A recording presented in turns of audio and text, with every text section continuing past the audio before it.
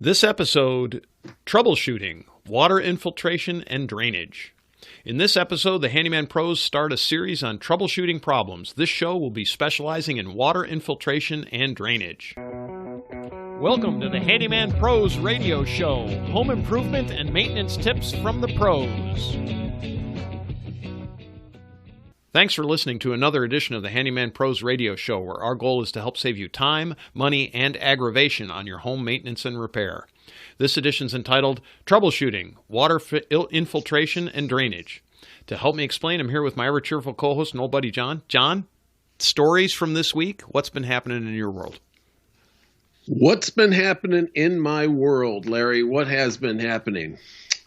Well, it's kind of funny. We've got this troubleshooting water infiltration and drainage show here that we want to discuss here today, and it's kind of funny that I just had done not drainage, but I did a little troubleshooting myself on some plumbing, and I did a low pressure. It was low pressure on a faucet, and we're probably going to talk about some of these things later, but I was over at a house, and there's hardly any pressure coming out of the faucet, and I just started to troubleshoot this thing, and it turned out it was a specific brand of kitchen faucet, and it has like 3 buttons on it on the faucet head itself, and one of the buttons is designed to shut the water off. And so, for whatever reason, and these things are notoriously getting stuck all the time on these models. So I went around and, it's kind of one of those things where you try to figure out, man, wait a minute, what's going on here? Is it the water pressure itself? And because it doesn't give itself up easily, on this one. So, anyways, long story short, got that one, and I went back from the problem and worked my way backwards, to troubleshoot this thing, and I found out that was it, and I fixed the, I took the head apart of this thing, the faucet head itself, and fixed it. So, it was driving the people nuts, and it was another one of those things where it had been like this for a long time, yeah. Right. So, like, wow, So it brings up an interesting point. So we introduced this show in our intro as a series in troubleshooting. Now, we just wanted to qualify folks. We're not going to do a weekly series on this. This is going to be a series where every so often we're going to come in with a troubleshooting a program based on something that we've experienced during the week. And so in the future, this particular show is going to be about drainage, and that's because I actually this week did a large drainage project for a customer of mine, and it's come up in several different places around Facebook and things like that where I've been looking at, and people are having problems figuring out just about drainage and about what we call root cause. And so we decided that particularly in the future, there'll be future shows, and we talked about it before the show. John and I did, and we talked about doing, we'll eventually do a troubleshooting show on light electrical, like your switch isn't working or something isn't working, and where do you go, before you call the electrician. Same thing with plumbing. But again, folks, just so you understand, this isn't going to be every single week. It's just an idea, because what we've come to learn is that sometimes people have a tough time in the actual determination of what the root cause is, or how to actually troubleshoot and find out what the actual problem is, right, John? Is that kind of what we had determined? Right, and a lot of times, we just want to offer some help on exactly what you said, Larry. Is where do you really start? Right, and that's a lot of folks out there. That I've done some work for, Larry, and you've done some work for, and sometimes they just really don't have a clue of where to start when something happens. And hopefully that when we talk about troubleshooting these different areas, that you'll get the sense of where to start, how to proceed, maybe kind of the management of all that, in your mind of how to work through these kind of problems. Yeah, and how to really look upstream. Yeah, in the and chain, maybe a couple of tools that you might want to get at some point, or you might already have, and how to use them in troubleshooting some of these things. But it's really important to know how to do it, because if you don't, you're kind of at the mercy of of calling a lot of people out to help fix that, and it's going to cost you a lot of money to do that. When maybe it's just something very simple that you can accomplish yourself. Yep. And so that's I do want, and just one more quick thing, just problems. So you see a symptom, right? Like if you're a doctor, you see a symptom, and my stomach hurts. Well, do you ever, how do you know, is it just in your stomach or is it somewhere else? Like the example that I'm going to give, so we're going to do this example. This is about troubleshooting about drainage, right? So I did this job on drainage, and I got a call from one of my customers, and it was he and his neighbor, and they had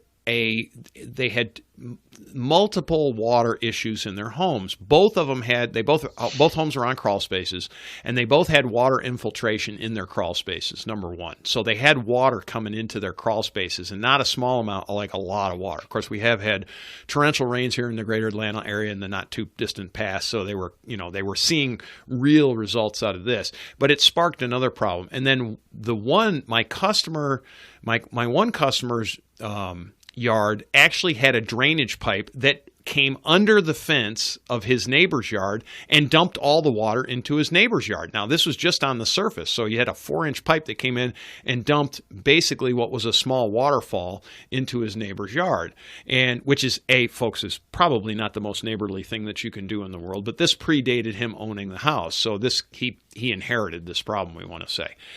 So I started out with that house, and I got in and I looked, and I got up under the house. And again, when we talk about infiltration of water, water does what, John? What does water do? If water has a place to flow, where does it flow? Yeah, it's going to go from usually a high source to a low source. It's going to find its way to the wherever, low point. To the low point, wherever it can go. And, buddy, you have fun stopping it. Yes, exactly. And so when you have an infiltration problem in a basement or in a crawl space or a basement or even in your yard. So to fulfill this story more, the neighbor whose yard was actually having the water poured into from the one side also had a low spot out in the center of his yard where he would, after every rainstorm, have a small lake. Mm-hmm. And of course, the grass, it grew there, but it didn't grow well. He had a dog, and this was in his backyard. He has a dog, and the dog, of course, would run out there when there's puddles out there and come back into the house. What? Ugh. Of course, covered in mud and wet. And so all of these kind of problems were manifesting themselves because of a lack of drainage. It was a drainage issue, really, is what it was, but it also was an infiltration image. And then the customer who had the yard full of water, he too was getting water into his basement of his house as well. So we did this as a combined job because it ended up being a combined job, more or less. We had to remediate water from the one person's yard going into the other person's yard, and then we also had to fix the drainage issues that both customers had in the yards. And fortunately or unfortunately, I guess if you look at it, depending on how you look at it, the way the grade was, and again, when you go to look at a drainage problem, you have to look at the grade of the property. So the grade for both of these houses were on a hill, and the one house was in a swale. So all the water flowed into the bottom right-hand corner of the uphill side of the house and came in, and that's where it came under that fence, which was really poor grading this houses were built in the 50s, so it was many, many years ago. They didn't really grade the property properly, in my opinion. We could have gone in there and regraded the property. That would have been so many thousands of dollars. It was way out of control. So we did not do that. But again, these houses were built in the 50s. So I got up into the front and I started uphill. You always start uphill, right? So you start on the high side. Do you agree with that, John? Mm-hmm. And you think like water, right? Mm-hmm. This is how I do it. I think like water. I look at the grade and I go, where am I going to go if I'm water? So I'm looking at where all the little nuances, and you will see where the water will flow naturally. And if you happen to go to the property when it actually rains, you'll actually see where the water flows, right? So you'll actually see it in real life. But you think like water. And then you just follow that trail, and you can actually follow where that water will go if you just look at it with a critical eye, right? So you look at it with a critical eye. Mm-hmm. So in the uphill house, the first thing I noticed was that his house, the dirt on the edge of his house had actually sunken in close to the house. So within a foot of his foundation, the grade of that dirt actually moved towards his crawl space. So it was at that point, it was graded backwards. Now, probably what happened is when the house was built and they dug the footers for the foundation. Again, this was in the 50s, so this is some 60 years ago or something like that. 67 years ago. Anyway, whatever. Math is, quick math is not my strength. But what probably happened is they dug it out and then they backfilled it. And of course, over the years, what's happened, John? The dirt has settled. Yeah. Right? Yeah, right, exactly. And I was going to say is that, you have these kind of situations and the landscape, around the house is going to be constantly changing. Right. And it's incredible. It's like anything, let's put it that way, that over time you really don't notice it, Correct. because it's so slow. Right. But at some point then, disaster's lurking. Really, now, where the water used to be and you look way out there and then maybe, 2 years later, it's a foot closer and then it gets closer and you kind of start to get used to it. These puddles and the way the water's running and you just don't really doesn't really register a lot of times. Right. Until something happens to really say, uh-oh, I got an issue now. And that really, Larry, from, when you guys, and you're going to get to this, you installed drainage pipe, right? Yes. And if drainage pipe was installed in the first place, they probably wouldn't have had this problem. But Correct. When you let it to the ground itself take care of it, it's going to be shifting all the time. And this is what I found, and I deal with this around my house as well. And it catches up with me, where I have to continually try to regrade around the foundation of my house.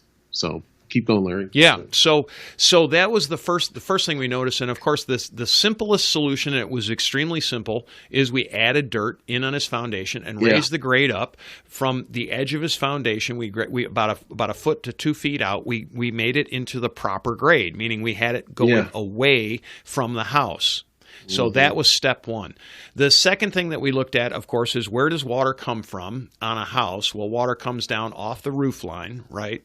Now, he did have gutters all the way around his house. So the gutters all went to the downspouts, right? About half of his downspouts dropped the water right on the edge of the house. Right. So instead of having an extension pipe, so folks, to understand, there's a factor here that we do need to talk about. Here in Atlanta, we live largely in the land of clay, and so the soil type does matter. Our soil here is not very porous, so the water that lands on the surface tends to run off, meaning it does not absorb into the ground. John, when you lived in Chicago, what kind of soil did you have up there? Well, it was black soil, and it was pretty porous. And the issues there were when it rained. Even when you had graded away from the house, it still penetrated down. Yep. It wasn't going to run anywhere. Right. You really had to use some techniques to get it to run away. Otherwise, it would just go penetrate all the way around the house. Right. Yeah, because that soil is very much like what we had in upstate New York, which was it's called loam, LOAM, and it's very, very porous, and the water does absorb, and it tends to go down into the ground. So you do need to be aware of your soil types. Here in Atlanta, that does not happen. Very rare. There are some types of soil that are very porous, but it's usually isolated and it's close. So in this particular case, we needed to move the water away. If you live in Florida, where it's largely sand, you do have a different set of issues because the sand, again, is extremely porous, and sometimes the water just runs out. Runs really it'll run way south of it'll go way into the ground. I mean, way, way, way down into the ground. Just depends where you live. That brings up one other issue, and that's the water table too. So if you have a water table that is close to the surface, you're basically in big trouble. You need to build a surface-built house, because if your water table is within, if your water table is above your foundation, you're going to have water there constantly. Right, John? Absolutely, and that's a whole nother discussion. Yeah, and we're not going to go on that one. Yeah, we're not going to get into that. We're not going to get into that one. If you have that issue, you know it already. And again, it's going to happen in low-lying areas, places where you'll have flooding and issues like that as well. So it's more than it's not one we want to talk about. One other thing that I found here at my house, John, when I built my patio, we actually had an aquifer as well that was in the ground. And so, folks, if you don't know what an aquifer is, it's kind of like, for lack of a better word, it's a natural underground channel of water. And when I cut into this to put the footer in for my the foundations on my patio that I built, I hit this aquifer, and literally as I cut the dirt, I was watching water run out. I mean, literally run out. And so that is a different thing, and I'm not going to get into how you fix that, because that just takes hours and hours and hours, and it might require more skill than the average kind of person that can do. But do be aware that this does happen, that sometimes there are natural waterways underground that you just don't know are there, and that water will move through them. So anyway, back to my example. First thing we did with this to stop some of the water from getting into his crawl space in this particular house is we just graded up the edges of the house. And I will tell you that fixed his problem straight away. That was the root cause of where his water was in his thing. We, at the same time, while we did that, I was telling you that the water line comes off your roof. And if you think about your roof, it's a giant catch basin for water during the rain. And the water will run down it, and hopefully it runs into your gutters. If it doesn't, it runs over the edge, and then it's within a foot or so of the house. And then you better make sure your grade is away from your house. But if it runs into the gutters, make sure your gutters are, John, cleaned up. Yep. Cleaned up, and things are running away. Yep. Yeah. And they're actually pitched properly, and that the water runs into the downspout, right? That's right. Because many times the water is, if it wasn't installed properly, or it sagged through time, which does happen, then your water will not run off and away from your house like it's supposed to. Now, I said, too, that two of his downspouts actually just dropped water down off the edge. Now, in Georgia, in clay soils, that's a big no-no. You want to run it a good couple of feet out off the house. And I would tell you probably run it a couple of feet out off the house. Everybody's got this issue, too. Yep. Yeah. Get it away from the house. Get it away from the house. So we took and actually dug in some pipe, and we because we were doing it quote for hire, we didn't want to just lay anything on the surface. So we had a plan to move all of this water underground. And we did that so that, again, with clay soils, if you get it underground, that's where it stays. It doesn't very rarely comes bubbling out. So that solved the problems on house number 1. Okay. On house number 2, where the water was coming through, we had two separate issues. One is he actually had concrete. He had concrete pads that were graded properly within 2 feet of the house, which I didn't realize they were covered with mulch. And I got in to actually go dig a gutter in that he had there, and I went, dink, and I had concrete. And I'm like, oh, so somebody actually at one time in the life of the house, and it was not my particular customer, but it was somebody in the past in the house, had taken and put about a 2-foot layer of just surface concrete, and they had graded it down away from the house, which was actually really, really nice, because when you covered it with mulch, you didn't even see it. It was really nice. So he wasn't getting water infiltration from there, but what he was getting water infiltration from was his gutters. His gutters were just dumping onto that concrete, and actually he had a little back channel up underneath, and so we then piped all of that stuff out and away, and he had a drainage ditch off to the side of his property. We actually piped all of that off into the drainage ditch. So we dug underground pitches, and we put in 4-inch Schedule 20 PVC pipe instead of corrugated. And so, folks, there's two kinds of underground pipe. There's a Schedule 20, which is very similarly priced. It's a smooth bored pipe that just basically handles water a little better than the black corrugated pipe. The corrugated pipe is easier to handle because you can kind of bend it and move it. But if you're going to deal with larger quantities of water, a smooth bore is generally better. Plus, it doesn't catch dirt and clog and things like that. Yeah, that's the thing. So, once again, for anybody out there listening, for you folks out there that are listening to this, is that when Larry's talking about these kind of things, is that if you do have this kind of water infiltration, as he's going through this, kind of think about your house, your situation of what we're saying here, so that you can mitigate the water coming into your home. Yeah. Because I think you're taking away a couple things right here.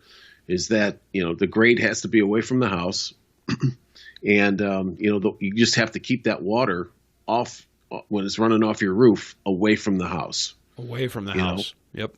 And that's gonna do probably what Larry, about 85 to 90% of the issues of water coming into your house, into your basement or into your crawl space. Absolutely, that's going to catch probably 85% plus is going to take care of it right there. And those things, folks, are simple. You can have a basement. I mean, I was cruising around on Facebook this morning, and a guy's like, "I've got a crack in my foundation wall, and I'm going to try to patch it from the inside out." And John, you said something earlier. That's not gonna work, because the water. You might be doing that, but the water doesn't care. The water does not care. Because I have dealt with this in the past, in the subterranean basement, in Chicago, and it had a crack. We had cracks in the foundation, and there was nothing we could do until you actually got to the outside and fixed it from the outside. So you might think you're doing something, but you're not doing it. You're not. Yeah. You're not. And there's all kinds of things that you can do. You can kind of, just say, hey, there's all kinds of things we can talk about here, from actually burying pipe inside your basement floor to move the water into a sump pump type of thing. But, aside from that, Yeah, we're just kind of presenting the simple, the Occam's razor. The short answers to troubleshooting some of this water issue. We have discussed some of this before, but it's just really thinking this out. And like Larry said, kind of think like water. Just look at it to where you think that the water would move. Right. And then you'll be surprised where it takes you from there. Yeah, and it takes you to really interesting places, No, I'll tell you. I'll share a short story of what happened to me in Chicago, Larry. Is that my parents, and they had a crack in their basement, and the water was coming in, every time it rained. So, this happened year over year for years and years and years. And he had this thing fixed, and my dad had this thing fixed and everything. But I walked it off. I measured it off in the basement. I went outside and I walked it off. And guess what? Guess where the crack was? Right underneath the downspout. Oh, there you go. Problem solved. And as soon as I put an extension on the downspout, it stopped. Yep. Yeah, and folks, that's one of the things. Is it's called Occam's razor, right, John? Occam's razor is that the simplest answer usually is the answer. Right? Yeah. You can way overcomplicate stuff. And many times, particularly with water drainage, like most of the time, it's just, if you think like water and you look at water and you see where it goes, you can probably fix the problem relatively simply. Moving dirt is not a difficult fix. It's a lot of hard work, but it's not, if you're moving a lot of dirt, but it's not a difficult fix, right? It's not like you don't need an engineering degree to move dirt and make an apron on your house that's a foot wide, that's higher pitched than the dirt around it, right? This is not rocket science. This does not require a degree. It's just something that it's observational. You just need to be aware. And again, it's an amazing thing. So I did want to talk about one thing. I did say now the one customer with the water running through his yard, we dug trenches. We dug a trench and we actually put all of this piping underground. The one customer that had the lakes in the center of the yard, we then put a catch basin in the center of his yard. So a catch basin is basically a box it's a box with a grate on the top with an inlet and an outlet, and we hooked the pipe into the inlet and then on the outlet, and we took the water in. And as the water came into the yard, it flowed down into the box and then went into the pipe and went downstream. And you can get those at the big box stores, the catch basins. It's amazing how much water you can get off and control, because then you pipe it off and away from the source of the leak. And again, a lot of people will do this under a downspout or any place that you have a low point in the yard where water will collect. You can without having to truck in, a 10-wheeler load full of dirt to change the grade. You just add a catch basin, and the water basically goes underground at that point. So I did want to throw that in there, and so we did that. Yeah. So this is, when you're talking about this is a case of having a lake starting to form in your backyard, right? Oh, and he had a lake. So where we've gone here is we've mitigated water. We've taken the grade away from the house, and now it's got to, now we got to move the water from a retention in a backyard or a front yard, and that's what you did here, right? Right. You laid in some smooth pipe, and I like the smooth pipe because it doesn't get clogged up, like you mentioned, right? Like the black pipe does. And you put it, and I know that you're probably going to talk about this, but you put a pretty decent run on that smooth pipe with that catch basin. I think that you probably got this thing. You got this thing done. I keep waiting for it to rain really hard so I can call the customer. Now it won't rain. Yeah, so now it won't rain. Of course, money back. Yeah, of course. Oh yeah, we had plenty of pitch on this yard. Like actually, we were looking at the pit. I say we because I had a contractor friend of mine who actually had a small backhoe on a tractor when we dug this thing, and we were looking at the pitch, and I'm like. We get done, and I'm like, he's going to have water running out of here at like 400 miles an hour. I mean, we were going because the pitch across the yard was probably what? Well, we put in about 90 feet of pipe, and I would have to say that the pitch meaning from the high side to the low side, how much vertical there was probably 12 feet. So, I mean, it's going to scream coming out of there. I mean, the water is going to just scream coming out of there. So, that sounds like a great fix to this specific issue, dry up that backyard. Yeah. It's going to dry his backyard. You got to have that backyard. I've got a buddy of mine that just went through this, and I don't think they did enough to mitigate it, and he's and it's still wet. Yeah. So you really have to think this thing through. When we're talking about troubleshooting, is really think this thing through and do what you really need to do to have a good result out of it. Yeah, and think backwards. Go up. We talk about it. I don't want to confuse going upstream with the fact that we're talking about water, but go backwards in the chain of events as well. I don't care what you're troubleshooting.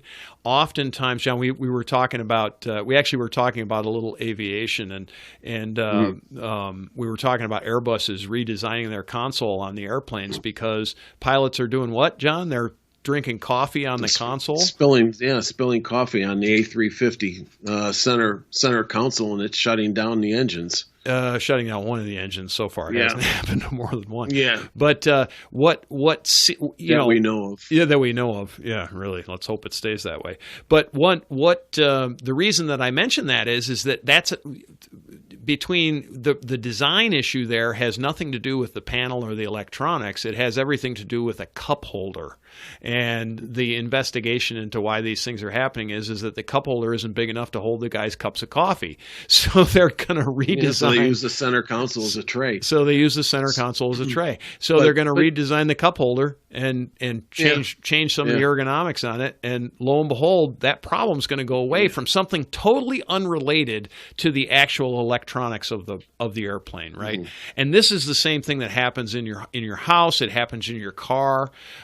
It can happen in, you can have something in your car that happens in the back end of your car and you don't understand why your lights don't work now. Right, John? I mean, you've been there, right? Yeah. Yep. So, and we're going to talk about some of this stuff, in some upcoming shows on the troubleshooting electronics, electrical, and things like that.